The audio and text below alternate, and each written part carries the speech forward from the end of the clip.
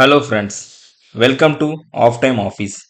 நம்ம லைஃபுக்கு தேவையான சின்ன சின்ன விஷயங்களை எப்படி நாமளே ஆன்லைன் மூலமாக அப்ளை பண்ணலாம்னு நாம் இந்த சேனலில் பார்த்துட்டு இருக்கோம். நம்ம சேனலோட மோட்டோ வந்து உங்களோட வேல்யூபிள் டைமை சேவ் பண்ணுறது தான். நீங்கள் ஆஃபீஸுக்கு போய் க்யூவில் நிற்காம உங்கள் ஃபோனில் இருந்து எல்லாத்தையும் அப்ளை பண்ண சொல்லித்தரது தான் இந்த சேனல். அந்த வரிசையில் இன்னைக்கு ஓபிசி சர்டிஃபிகேட் அப்ளை பண்ணுறது எப்படின்னு பார்க்கலாம் வாங்க. ஓகே, ப்ராசஸ் ஸ்டார்ட் பண்ணுறதுக்கு முன்னாடி ஓபிசி சர்டிஃபிகேட் எங்கெல்லாம் யூஸ் ஆகுதுன்னு பார்க்கலாம்.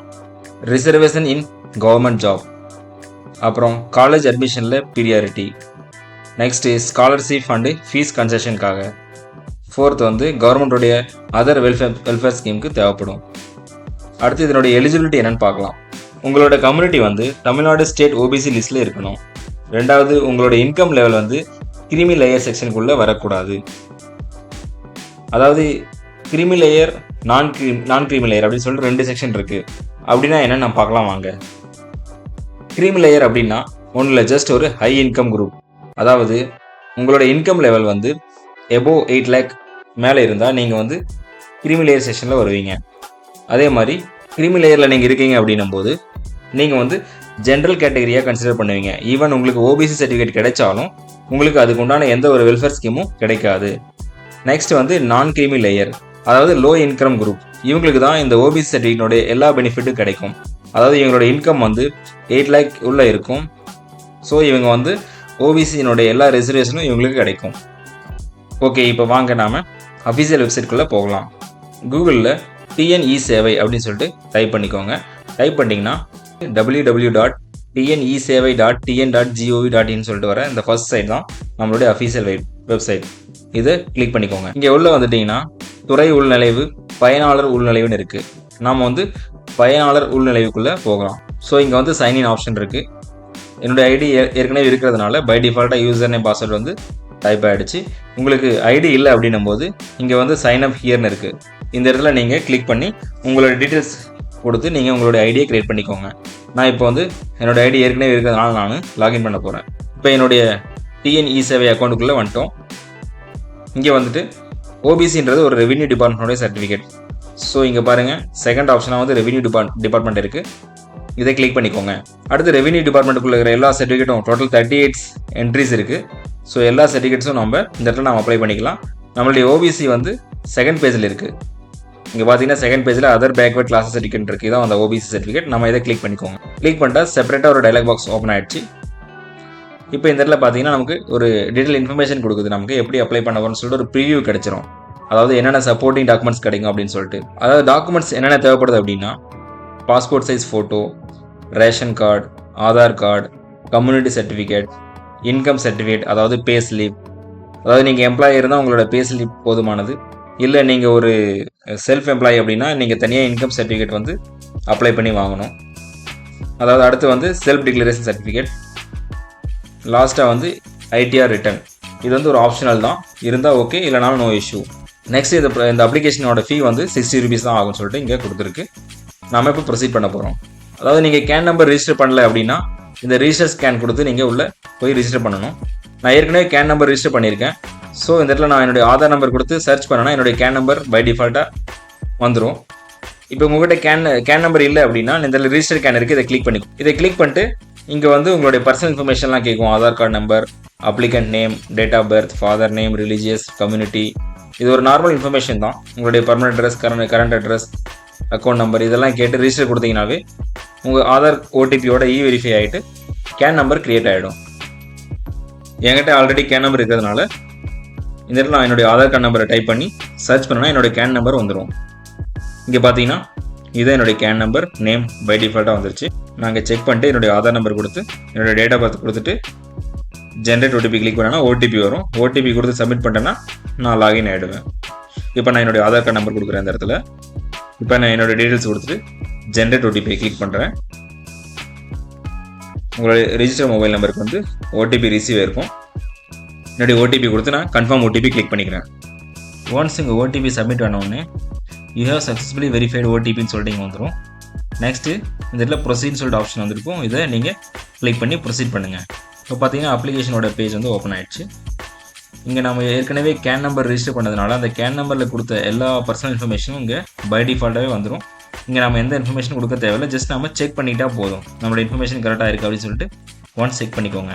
Applicant name, father name, mother name, உங்களுடைய டேட் ஆஃப் பர்த் சேம் இங்கே வந்த பக்கம் வந்து தமிழில் இருக்கும். ரெண்டையும் செக் பண்ணிவிட்டு ப்ரொசீட் பண்ணுங்கள். கரண்ட் அட்ரஸ், அடுத்து பர்மனெண்ட் அட்ரஸ், அடுத்து உங்களுடைய பர்சனல் டீட்டெயில்ஸ் வந்து இந்த இடத்துல நீங்கள் கொடுக்க வேண்டியதாக இருக்கும். அடுத்து உங்களுடைய கேஸ்ட் கேட்குது, உங்களுடைய கேஸ்ட் எதுவும் செலக்ட் பண்ணிக்கோங்க. நெக்ஸ்ட் வந்து உங்களுடைய ஆக்குபேஷன் தொழில் கேட்குது. அதே மாதிரி உங்களுடைய கேஸ்ட்டுடைய சீரியல் நம்பர் அது பை டிஃபால்ட்டே வந்துடும். இப்போ நான் என்னுடைய இன்ஃபர்மேஷனை நான் செலக்ட் பண்ணிக்க போகிறேன். அடுத்து weather your father is alive அப்படின்னு சொல்லிட்டு கேட்குது. இந்த இடத்துல ஃபாதர் அப்பா இருந்தாங்கன்னா எஸ் கொடுத்துக்கோங்க, இல்லைனா நோ கொடுத்துக்கோங்க. அடுத்து உங்கள் மதர் அலைவான்னு கேட்குறாங்க. இந்த இடத்துலையும் அம்மா இருந்தாங்கன்னா எஸ் கொடுங்க, இல்லைனா நோ கொடுங்க. ஸோ இப்போ அம்மா இருக்காங்க அப்படின்னா அவங்களுடைய ஆக்குபேஷன் கேட்குறாங்க. அவங்க எம்ப்ளாய்டுனா எம்ப்ளாய்டு கொடுத்துக்கோங்க, அன்எம்ப்ளாய்டுனா அன்எம்ப்ளாய்டு கொடுத்து. நெக்ஸ்ட் வந்து டிக்ளரேஷன் சொல்லிட்டு கேட்குது. இந்த இடத்துல நீங்கள் இந்த செக் பாக்ஸை டிக் பண்ணிவிட்டு சப்மிட் கொடுத்துருங்க. இப்போ இது வந்து லிஸ்ட் ஆஃப் டாக்குமெண்ட்ஸ் அப்லோட் பண்ணுற ஆப்ஷன் வந்துருச்சு. இங்கே தான் நம்மளுடைய ஒவ்வொரு டாக்குமெண்ட்டாக 1 by 1 செலக்ட் பண்ணி அப்லோட் பண்ணணும். First photo, next any other proof, community certificate, self declaration, income tax return, other document, proof of income சொல்லிட்டு 1 by 1 நம்ம இப்போ அப்லோட் பண்ண போகிறோம். பார்த்தீங்கன்னா சைடில் இங்கேயே கொடுத்துருக்கோம் மெண்டேட்ரி எது ஆப்ஷனல் எதுன்னு சொல்லிட்டு கொடுத்துருக்கு. பார்த்தீங்கன்னா 4 டாக்குமெண்ட் தான் மெண்டேட்ரி, 1 to 4 வரைக்கும் மெண்டேட்ரி, மீதி எல்லாம் ஆப்ஷனல் தான். பட் ஆனால் நீங்கள் எல்லா டாக்குமெண்ட்ஸும் அப்லோட் பண்ணிங்கன்னா உங்களுடைய அதாவது விஏஓக்கும் ஆர்ஐ தாசில்தார் இவங்களுக்குலாம் வெரிஃபிகேஷன் பண்ணுறது ரொம்ப ஈஸியாக இருக்கும். ஸோ உங்களுடைய சர்டிஃபிகேட் கிடைக்கிறதுல எந்த ஒரு டிலேயும் நடக்காமல் குயிக்காக கிடைக்க வாய்ப்பு இருக்குது. ஸோ என்னுடைய சஜஷன் என்னென்னா நீங்கள் எல்லா டாக்குமெண்ட்ஸும் அப்லோட் பண்ணிடுங்க. ஃபஸ்ட் நான் ஃபோட்டோ செலக்ட் பண்ணுறேன். டாக்குமெண்ட்டுடைய சீரியல் நம்பர் யூஸ்வலாக இங்கே இருக்கிற அந்த சீக்வன்ஸ் நம்பரை நீங்கள் கொடுத்துக்கோங்க. டாக்குமெண்ட் நம்பர் 1 ஆட் பண்ணிவிட்டு ஃபோட்டோ அப்லோட் பண்ணணும். ஃபோட்டோவோட சைஸ் வந்து 50 KB உள்ளே இருக்கணும். இப்போ நான் ஃபோட்டோவை அப்லோட் பண்ணிட்டேன்.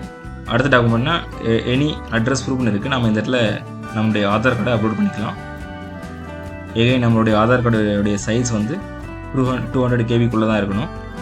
இப்போ டாக்குமெண்ட் நம்பர் வந்து நான் 2 கொடுத்துக்கிறேன். இப்போ ஆதார் கார்டும் அப்லோட் ஆகிடுச்சு. நெக்ஸ்ட்டு நம்மளுடைய கம்யூனிட்டி சர்டிஃபிகேட்டை அப்லோட் பண்ணலாம். இப்போ டாக்குமெண்ட் நம்பர் 3 கொடுத்துக்கிட்டேன். இப்போ கம்யூனிட்டி சர்டிஃபிகேட்டும் அப்லோட் ஆகிடுச்சு. நெக்ஸ்ட் வந்து செல்ஃப் டிக்ளரேஷன், அதை நான் லாஸ்ட்டாக அப்லோட் பண்ணிக்கிறேன். என்கிட்ட வந்து இன்கம் ப்ரூஃபும் இருக்குது, நான் அதை அப்லோட் பண்ணிக்கிறேன். ப்ரூஃப் ஆஃப் இன்கம் அதை நான் பே ஸ்லிப் அப்லோட் பண்ண போகிறேன். நெக்ஸ்ட் வந்து அதர் டாக்குமெண்ட்ஸில் நான் என்னோடய ரேஷன் கார்டை அப்லோட் பண்ணிக்கிறேன். இப்போ நான் செல்ஃப் டிக்ளரேஷன் ஃபார்மை அப்லோட் பண்ண போகிறேன். செல்ஃப் டிக்ளரேஷனுடைய நம்பர் வந்து 4. செல்ஃப் டிக்ளரேஷன் அப்லோட் ஆகிடுச்சு. ஸோ இப்போ நம்மளுடைய எல்லா டாக்குமெண்ட்டும் அப்லோட் ஆகிடுச்சு. மேக் பேமெண்ட் பண்ண போகிறேன். ஸோ ஒன்ஸ் பேமெண்ட் பண்ணிட்டேன்னா நம்ம அப்ளிகேஷன் சப்மிட் ஆகிடும். இப்போ பே மோடு ஓப்பன் ஆகிடுச்சு. பே மோடு ஆன்லைன் தான். இங்கே வந்து டேர்ம்ஸ் அண்ட் கண்டிஷன் இருக்குது. ஐ அக்ரின்ற அந்த செக் பாக்ஸ் கிளிக் பண்ணிவிட்டு மேக் பேமெண்ட்டை கிளிக் பண்ணிக்கோங்க. ஒன்லி 60 rupees பே பண்ணுற மாதிரி வரும். இங்கே நிறைய பேமெண்ட் ஆப்ஷன் வருது. Card payment, net banking, UPI, QR code. நான் யூபிஐ செலக்ட் பண்ணிக்கிறேன். இந்த பார் கோடை நம்ம ஸ்கேன் பண்ணி பே பண்ணணும். நம்ம அப்ளிகேஷன் வந்து சப்மிட் ஆகிடும். நான் இப்போ ஸ்கேன் பண்ணி பே பண்ண போகிறேன். என்னோடய பேமெண்ட் வந்து சக்ஸஸ் ஆகிடுச்சு. இப்போ நம்ம வந்து இங்கே பிரிண்ட் ரெசிப்டை கிளிக் பண்ணி நம்ம பிரிண்ட் பண்ணிக்கலாம். இதுதான் நம்மளுடைய ஒப்பிக்கை சீட்டு. ஸோ இதில் பார்த்தீங்கன்னா நம்மளுடைய அப்ளிகேஷன் நம்பர் இருக்கும். இந்த நம்பரை வச்சு நம்மளுடைய ஸ்டேட்டஸை செக் பண்ணிக்கலாம். ஃப்ரெண்ட்ஸ், ஒரு முக்கியமான இன்ஃபர்மேஷன் என்னென்னா, ஓபிசி சர்டிஃபிகேட்டோட வந்து வேலிடிட்டி டியூரேஷன் வந்து 31st March 2026. அதாவது நீங்கள் இந்த இயர் அப்ளை பண்ணீங்க, எந்த இயர் அப்ளை பண்ணிங்கனாலும் அதனுடைய நெக்ஸ்ட்டு ஃபினான்ஷியல் இயர் வரைக்கும் தான் அதனுடைய வேலிடிட்டி இருக்கும். அதாவது நீங்கள் இப்போ வந்து June 25 நீங்கள் அப்ளை பண்ணுறீங்க அப்படின்னா உங்களுடைய வேலிடிட்டி, ஓபிசியோட வேலிடிட்டி வந்து 31st March 2026 வரைக்கும் தான். எகைன் நீங்கள் 1st April 26 அப்ளை பண்ணிங்கன்னா அது நெக்ஸ்ட் 1 இயருக்கு வேலிடிட்டியாக இருக்கும். ஸோ எகைன் வந்து புதுசாக அப்ளை பண்ணுற மாதிரி இருக்கும். இந்த இன்ஃபர்மேஷன் உங்களுக்கு யூஸ்ஃபுல்லாக இருந்துச்சுன்னா சப்ஸ்கிரைப் பண்ணிடுங்க. தேங்க்யூ.